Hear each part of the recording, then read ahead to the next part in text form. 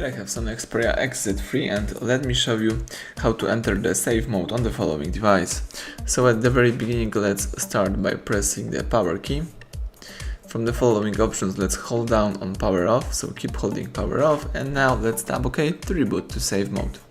Let's wait until your device will be in a save mode.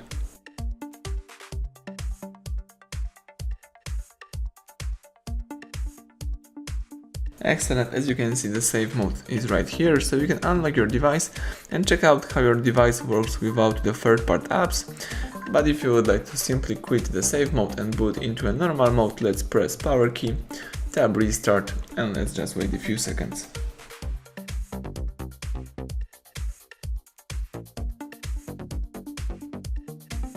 Excellent, now you can unlock the device and start using your phone in a normal way.